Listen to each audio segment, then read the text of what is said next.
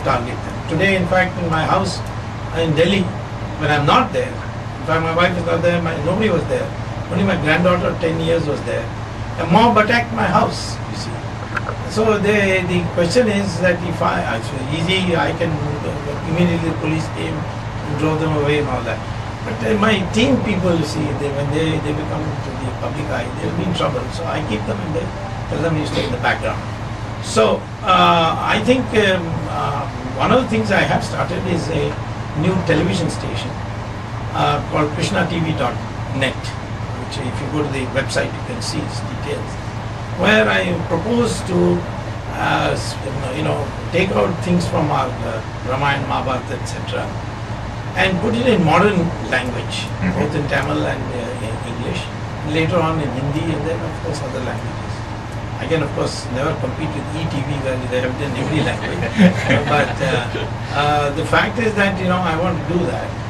That's one way, prepare the masses. Second is I am seriously thinking maybe next year, that is the end of next year, that I should start an institute and recruit 100 people every year and put them through a 4-month course on how to do RTI, how to file a case, how to argue a matter, how to deal with the police, and how to collect money without being called corrupt. All this, because you need money, but you need to have it clean. So how to keep accounts, all these basic things, basic tools of politics. Intended. Yes, that's most needed, Dr. Swamy. As I said, we need more Dr. Swamy, so more and more grooming is needed. You're making some other people very angry by saying that. Well, eventually it will be good for the country. So, శ్రోతలు యువ Telugu radio కార్యక్రమం వింటున్నారు. Doctor Subrahmanyam స్వామి గారు మన స్టూడియోలో ఉన్నారు. సనాతన ధర్మ ఫౌండేషన్ చేసేవారి హిందూ యూనిటీ డే, 4వ హిందూ యూనిటీ డేలో అధర్మ ఆఫ్ కరప్షన్ గురించి మాట్లాడడానికి వచ్చారు. హిందూ యూనిటీ డే ఈరోజు పొద్దున్న 11 నుంచి సాయంత్రం 4 వరకు ఉంటుంది. దాంట్లో డాక్టర్ సుబ్రహ్మణ్యం స్వామి గారు మాట్లాడతారు. అధిక వివరాలకు sdfglobal.org వెళ్ళొచ్చు. తర్వాత కేసీ గారు ఒక క్వశ్చన్ అడుగుతున్న తర్వాత మళ్ళీ బయలుదేరే సమయం అవుతుంది. Dr. Swamy, this is about the Hindu identity.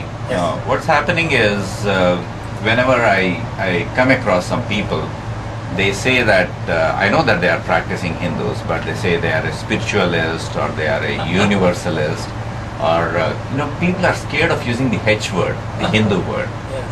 So I would like to find out what you think about it, what are the repercussions, and then what can we do to undo it, because if there is no proper identity, I think the future generations will have an impact on that.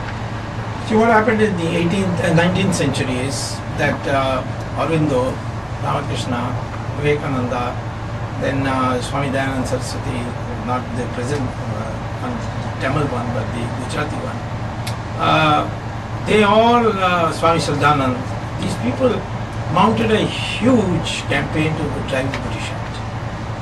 And they got tremendous mobilization. So the British came to the conclusion that this Hindu religion, is over 80%. And these sadhu sannyasis are held in respect. So we should not allow them to be able to mobilize the Hindus. We must keep them divided on caste, religion, this thing, language, all that. So therefore they wanted to create a new concept. They brought in this concept of secularism. Unfortunately, Jawaharlal Nehru swallowed it. And soon secularism meant not proudly proclaiming your religion. You may not be against Muslims, you may not be against Christians, but you should not even say, I'm proud to be a Hindu. So this kind of thing continued, got induced in the books. Then the problem became that communists became very influential in the 50s and 60s of India, particularly up till the 70s. So the communists hate religion.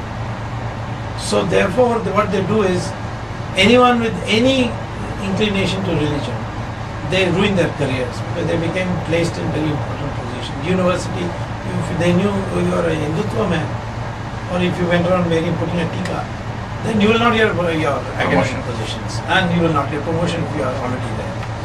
So this became that for career interests you had to hide your Hindu.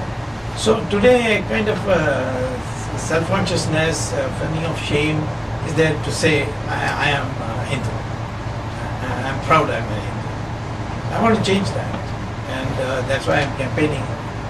Why Hindutva doesn't mean that you have to be against any other religion, but how you must imbibe our concepts. Excellent. And Dr. Swamy, one last question. I would like to tell our listeners a little bit about your efforts in opening up the Manasa Sarovar Yatra for all the yatris or the devotees. Yes. Well, it all began because when the Janata came to power in 1977, Morarji Desai became Prime Minister. And he was known as a very anti-Chinese person. At that time, I was already an expert on China. I spoke the language. I was a professor at Harvard. I was a professor at IIT. I wrote many books, and I was known as China scholar. So one day Morarji asked me, how do we deal with China? So I said, first of all, Indira Gandhi favored Russia, the Soviet Union over China. We are supposed to be a non-aligned country. Why we should favor any country? So make it clear to China that in the war, because that time the conflict between the Soviet Union and China was very, very intense. They even had border conflict, firing and all that along the Usuri River. So I said to him, let's make it clear to Chinese that in their fight with Russia, we will not take sides. So Morarji said, will you go and convey this? That's how I went. And the whole policy changed. The Soviet Union was very angry. And that's how my influence in China got established.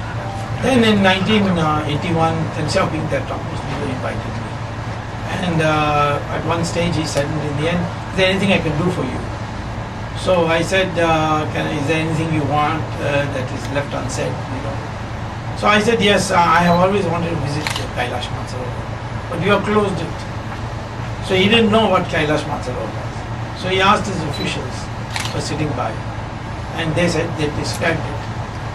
Then he said, why are you interested? I said, I'm interested because I'm a Hindu. And that is the highest, you see, it's a place where everybody wants to go. So he said, okay, we'll give us 2-3 months, we'll clear up the place because these officials say that everything is now blocked there. And then on the condition that you go first, I will allow. Now I had an Indian ambassador present with me in the talks. So he filed a report. So Mrs. Gandhi was then Prime Minister. So when the clearance came that yes, Hindu pilgrims can go to school, Mrs. Gandhi herself told me, although we were earlier on very bitter enemies, but slowly because of Rajiv Gandhi I started becoming friends with her also. Rajiv Gandhi was a very good friend of mine. So therefore Mrs. Gandhi said, yes, you go first. So the first batch of 20 people went. They were all intelligence people. I don't know how about disclosing that. They said, we have never seen Tibet, so please take us along with you. So 20 people went. The Chinese knew they were intelligent people. They tried to tell me, please keep it secret, but when I crossed the border, the Chinese knew already. So I went to Kailash. It's a beautiful place, and Mansarovar is such a pleasure to be. I would advise every Hindu. At least now the traveling is much easier. Yes, there are some. And if you can't walk, go to Nepal and take a helicopter. You see? So there is, it's Shiva's place. So one day I hope I can persuade the Chinese to give it to India completely. That will be great, Dr. Swamy. And Dr. Swamy, once again, thank you very much for taking your valuable time. I know you have a very busy schedule ahead. You'll be participating in this Hindu Unity Day organized by Sanatana Dharma Foundation in the Holiday Inn Express today. And I know that you'll be talking about adharma of corruption. Yes. So, listeners, if any one of you are interested to listen to Dr. Swamy, you can go to the Holiday Inn Express